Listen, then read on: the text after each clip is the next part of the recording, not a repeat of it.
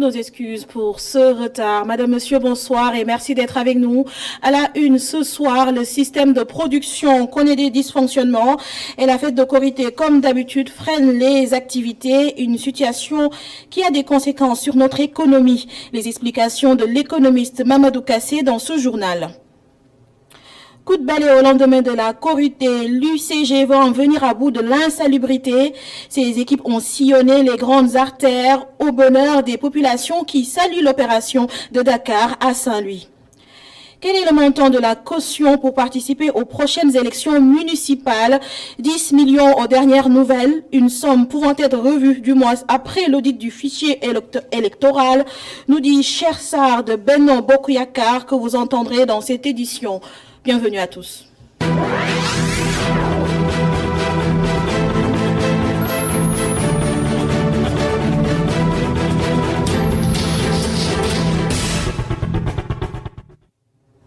Beaucoup d'activités sont au ralenti à cause de la fête de la Korité. Depuis quelques jours, le système de production ne fonctionne pas.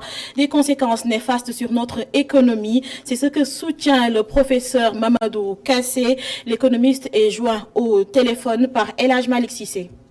Vous voyez bien, les ménages dépensent. Je vous entends pas quand vous faites le dépensent beaucoup. Cet aspect est peut-être l'aspect le plus perceptible. Les marchés regorgent de marchandises, exactement chères ou pas chères, c'est autre chose, mais regorgent quand même de marchandises. Et partout on dit en fait le marché est bien approvisionné. Autrement dit, cela prête un tout petit peu à justement booster la consommation. Mais malheureusement, c'est que dans nos pays, la plupart des biens qui sont vendus sont des biens importés. Voyez un peu, ça veut dire simplement que ça va agir sur la balance commerciale. Vous passez un peu le marché, on a importé des tissus, beaucoup de tissus. On a importé des biens alimentaires de toutes sortes, des oignons jusqu'aux autres, etc., etc. Alors, si bien que, si on fait le calcul, en réalité, le fait que la demande soit boostée, en réalité, ça va se traduire non seulement par une détérioration des revenus, justement des individus, parce que les gens vont désépargner pour pouvoir effectivement consommer, et ensuite, c'est l'extérieur qui en profitera au bout du compte. Et ça, c'est le phénomène que je dénonce depuis très longtemps. Nous avons un hyper modèle de consommation des centres urbains, mais fondé essentiellement sur des biens importés. Cela veut dire en conséquence que nous travaillons pour l'extérieur. Comme à son habitude et à chaque lendemain de fête, l'UCG, la coordination et l'unité de coordination et de gestion des déchets solides a procédé à une opération de nettoyage de certains marchés et rues de Dakar. L'opération s'est déroulée d'abord au marché HLM, au parking du stade Léopold Sédar Senghor et au marché Cambérène, au marché Gueule Tapée de Cambérène. Une initiative saluée par les populations. Cheikh Diop et Cheikh Fall Diop ont suivi la caravane reportage. Marché HLM,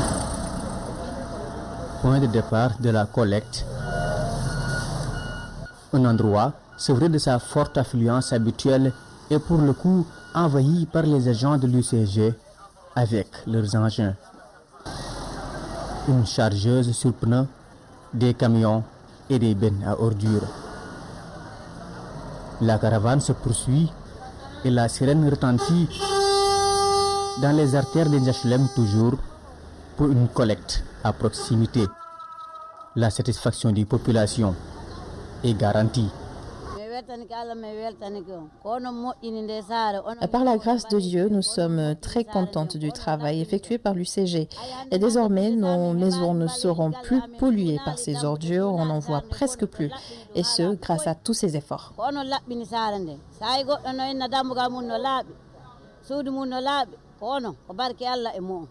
La caravane s'est par la suite rendue au parking du stade Léopold Sédar Senghor, puis au marché Gueule Tapée de Cambérène pour la fin de l'aventure.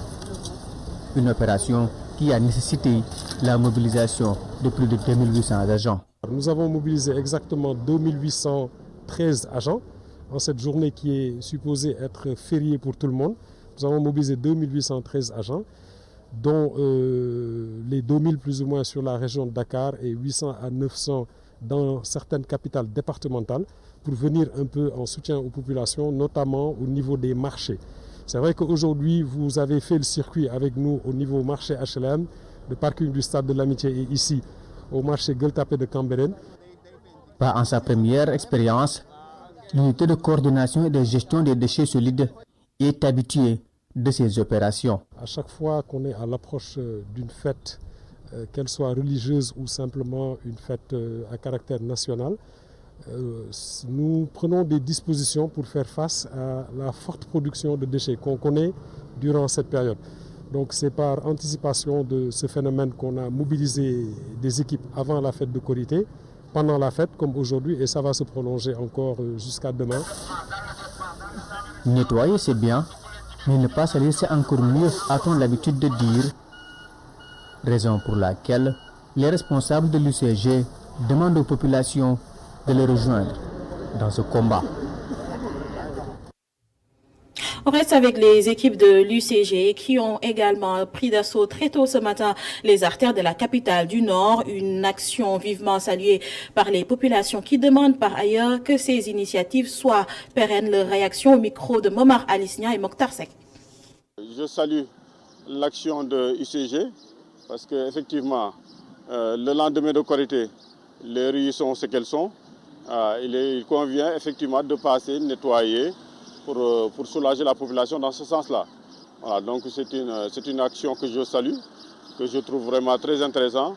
Je demande à la population effectivement aussi d'accompagner l'UGC dans ses tâches quotidiennes en effectivement prenant les ordures et les mettre dans les poubelles à disposition.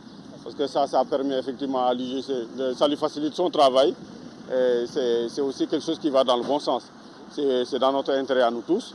Chacun ait conscience de la situation.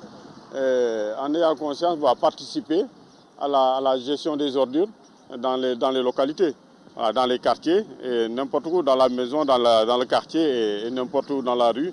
Donc ça permettra à l'UGC de bien accomplir leur mission. Même si parfois leur dépôt nous gêne, très sincèrement, par rapport au lieu de dépôt, par rapport à l'envergure, au déchet de l'air qui refoule dans les maisons, qui refoule dans le dispensaire de Pékin, qui refoule dans les écoles de Pékin, qui refoule dans la plus grande partie de la population de Pékin.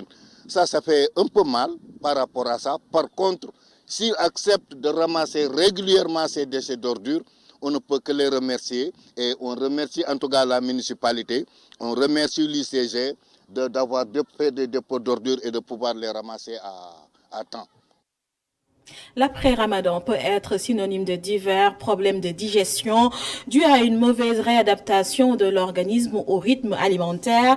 Mia Sané, coach en nutrition, nous conseille de maintenir une alimentation saine pour éviter cela et les joint au téléphone par Sophia Ba. Sortir 2 mois de jeûne, de restriction, c'est-à-dire que notre organisme a fait beaucoup de changements, comme la purification de tout l'organisme, tous les bienfaits connus en fait du jeûne sur l'organisme. Donc après cela, je trouve vraiment dommage que les gens continuent à avoir une alimentation qui est anarchique ou déséquilibrée, parce que après tous les bienfaits qu'on a pu avoir pour notre organisme, je veux dire qu'on va tout simplement réduire tout cela à néant. Donc on devrait continuer sur la même lancée, essayer de manger plus sain. Toutes les habitudes qu'on a eues pendant le Ramadan, essayer de continuer cela. Appliquer la règle des 80-20%, c'est-à-dire manger à 80% et laisser 20% pour l'air et l'eau. Donc, parce que d'habitude, les gens ont tendance à se lancer dans la nourriture, le petit déjeuner, le dîner, et en plus, entre ces 3 repas-là, faire des grignotages. Voilà, c'est ça qui vient, en fait, déséquilibrer, en fait, l'alimentation et provoquer tout ce qui est digestion, maldigestion et tout ça là. Donc il faut essayer de manger, continuer à manger sain et de choisir les aliments selon leur qualité en fait. Un conseil donc à suivre. Autre chose, la distribution des kits alimentaires aux victimes d'inondations et aux familles, aux ménages vulnérables a été bouclée à la dernière étape de Tivaouane Peulh Niaga. 200 familles ont reçu leur kit de denrées de première nécessité. Les maisons d'arrêt et de correction pour femmes ont également bénéficié de cette aide. Babacar Seck. La dernière étape de la distribution des 24 000 kits alimentaires reçus du Royaume d'Arabie Saoudite s'est arrêtée dans la commune de Tivaouane Peulh Niaga où 200 familles sinistrées des inondations ont reçu des kits.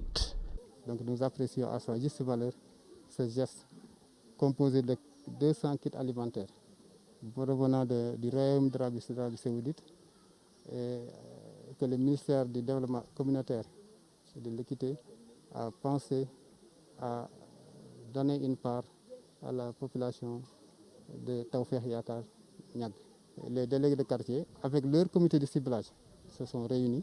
Ils ont divisé démocratiquement. À chaque quartier aura 40 kits alimentaires. Le ministère du Développement communautaire s'est appuyé sur le ciblage de l'aide alimentaire d'urgence pour procéder à la distribution. Des comités de ciblage qui ont déjà commencé à fonctionner déjà avec l'aide alimentaire d'urgence l'année dernière. Donc nous avons 5 quartiers ici et 40 bénéficiaires dans chaque quartier, ce qui fait un total de 200 kits. Depuis le démarrage de la distribution, nous avons fait un maillage, n'est-ce pas, sur toute l'étendue du territoire en ciblant principalement les associations de personnes handicapées. Nous avons été à la maison d'arrêt et de correction de Liberté 6 pour femmes, ainsi qu'à la maison d'arrêt de correction de Rufisque, les prisons pour femmes, la section féminine de l'association de la Fédération nationale des personnes handicapées, ainsi qu'au niveau de chaque département, avec un ciblage, comme j'ai dit, au niveau de chaque quartier. Pour rappel, c'est durant le mois de Ramadan que l'État du Sénégal a réceptionné 90 tonnes de produits composés de 24 000 kits alimentaires. Santé à présent pour parler du coronavirus. 1055 tests ont été effectués, dont 16 positifs. 11 cas graves sont actuellement pris en charge en service de réanimation. Pas de décès aujourd'hui et 28 patients ont été contrôlés négatifs, donc guéris.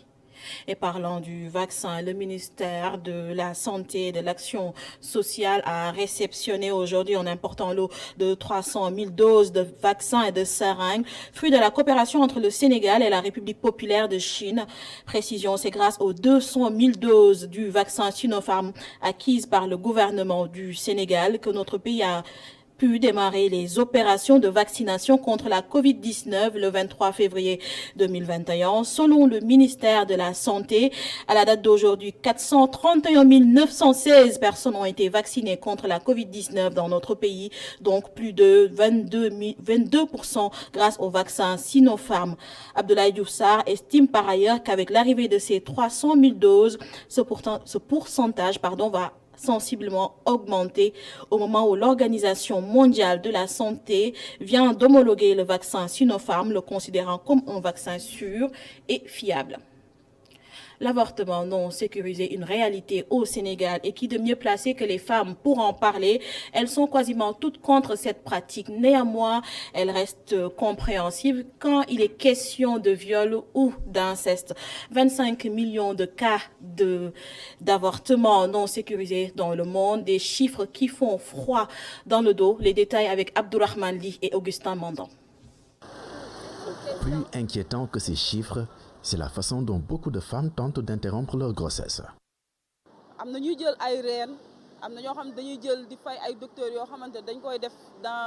le secret. Pauline Fatoumane est mère. L'avortement ne lui a jamais traversé l'esprit. Elle a d'autres solutions d'ailleurs à proposer à celles qui seraient tentées. Déjà, le fait d'être conscient que si tu fais quelque chose, tu peux tomber enceinte. Donc, tu peux prendre soin de l'enfant. Tu peux prendre soin de l'enfant, je pense. L'avoir dans de très bonnes conditions. Il y a des cas sociaux qui peuvent t'aider peut-être. Si tu ne peux pas prendre soin de l'enfant, une fois l'accouché, tu l'amènes dans les cas sociaux. Comme ça, ils prendront soin de l'enfant, je pense. Tu as déjà pris la décision de mettre fin à une vie qui n'a pas demandé à naître. Donc ça, c'est déjà atroce, c'est un péché. Une pratique interdite au Sénégal avec des sanctions pénales prévues, compréhensibles aux yeux de cette dame qui considère, dans un sens, que toute vie mérite d'être vécue. Par ailleurs, elle se veut mesurée et pense que l'avortement peut se comprendre dans certaines circonstances. On sait qu'il y a beaucoup de cas de viol, d'inceste, où dans une famille, le cousin ou bien l'oncle, ça se passe partout bien évidemment. Donc des cas comme ça, je pense quand même qu'il faut pousser la réflexion en se posant la question de savoir, surtout par rapport à l'avenir de l'enfant. Cet enfant-là, si on le laisse vivre, qu'est-ce qu'on lui dira une fois qu'il naîtra? Est-ce qu'on lui parlera des circonstances de sa naissance? Aïcha Anne partage son avis. Aucun pas ne devrait être franchi sans des spécialistes en la matière, précise-t-elle. Mais là, je vais aller vers un médecin, expliquer le problème pour faire l'avortement. Mais je ne dirai pas à ma fille, va boire quelque chose, va acheter des médicaments de gauche à droite pour mettre à terme. Parce que vraiment, un papa ou bien un frère ne peut pas violer sa fille, ne peut pas avoir des relations sexuelles pour bien enceinter sa fille. Ça, des femmes comme ça, je peux leur comprendre. Mais les femmes que je ne comprends pas, c'est les femmes qui vont faire leur vie, faire ce qu'elles veulent, sans se protéger, et après venir faire des avortements clandestins. À moins que la vie de la femme enceinte soit en danger, l'avortement est formellement interdit au Sénégal. L'autorisation de l'avortement médicalisé, le combat d'associations féministes, notamment pour certains cas, qui selon elles, sont à la base de certains drames, tels que l'infanticide. L'actualité, c'est également les élections territoriales prévues le 23 janvier prochain. Quel montant pour la caution? Pour le moment, aucune décision n'a été prise par les acteurs du dialogue politique. Selon le plénipotentiaire de la coalition Benno Bokk Yakaar, Cheikh Sarr révèle que cette question sera posée sur la table à la fin de l'audit du fichier. Il rappelle que la caution a été fixée à 10 millions lorsque les élections ont été fixées pour le 1er décembre 2019 avant d'être reporté, un montant qui était raisonnable pour filtrer les candidats qui pourraient être nombreux avec la suppression de la loi sur le parrainage pour les locales. Cheikh Sarr, membre de la coalition Benno Bokk Yakaar, s'explique. Il est joint par Migui Maram Ndiaye. La question de la caution existe dans l'ordre du jour du dialogue politique, mais cette question fait partie de celle qu'on avait reportée après l'évaluation et le fichier électoral. Donc, c'est une question que nous allons rediscuter parce qu'effectivement, nous avions demandé dans le cahier de charge de l'évaluation, on a demandé aux évaluateurs de regarder la question de la caution. Donc, sur la base des recommandations qu'ils vont faire, nous allons rediscuter cette question-là. C'est à l'ordre du jour du dialogue, mais ce n'est pas encore traité. Pour vous, est-ce que les 10 millions qui ont été fixés pour les élections locales qui ont été fixées dans un premier temps le 1er décembre, cette caution doit être maintenue ou bien? Oui, je rappelle que en fait, pour la fixation de la caution, c'est fixé 150 jours avant la date prévue pour le scrutin, après consultation en fait des partis politiques. C'est ce que le ministre M. Aly Ngouille Ndiaye avait fait et on était arrivé à 10 millions pour les élections municipales et 10 millions pour les élections départementales. Il faut rappeler que c'est une synthèse, parce que lors de cette réunion, il y a des partis qui avaient proposé 20 millions ou 30 millions, au moment où d'autres partis avaient même proposé le franc symbolique. Donc en fait, la décision qui avait été prise de 10 millions, nous au niveau de la majorité, on avait considéré que c'était raisonnable, parce que si nous faisons sauter le filtre du parrainage, il faut qu'il y ait un autre filtre et nous pensons que 10 millions pour les élections communales et 10 millions pour les élections départementales est raisonnable. Cependant, étant donné que cette question va encore être discutée, je préfère ne pas entrer dans le fond en sachant que la majorité va encore se retrouver pour définir une position. Mais en tout cas, en son temps, ce qui avait été défini nous avait trouvé en fait l'assentiment de la majorité. Bon, mais maintenant les choses évoluant, on attendra le moment où on va en discuter au niveau de la commission politique pour donner la position définitive de la majorité présidentielle.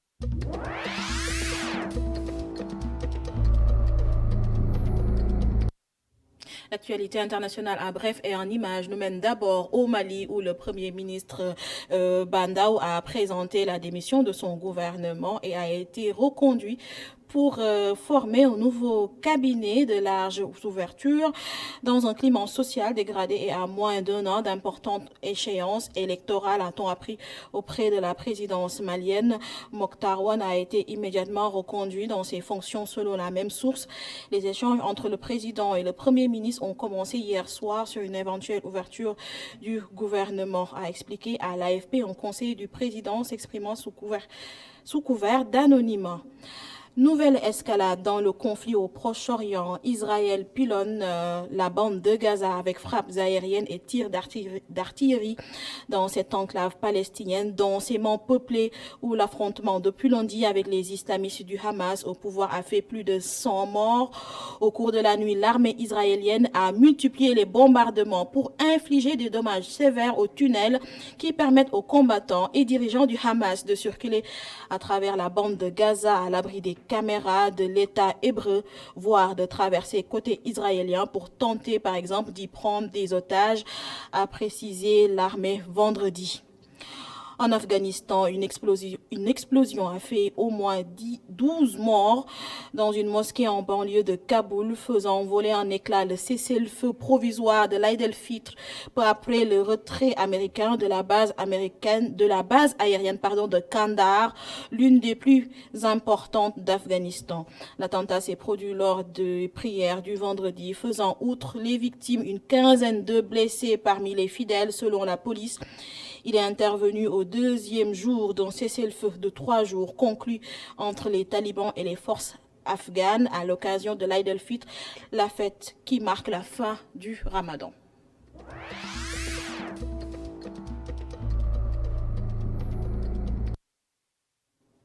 C'est la fin de ce journal. Restez informés sur www.emedia.sn. On se retrouve demain pour un autre 19h45. D'ici là, restez avec nos programmes. Bonne soirée.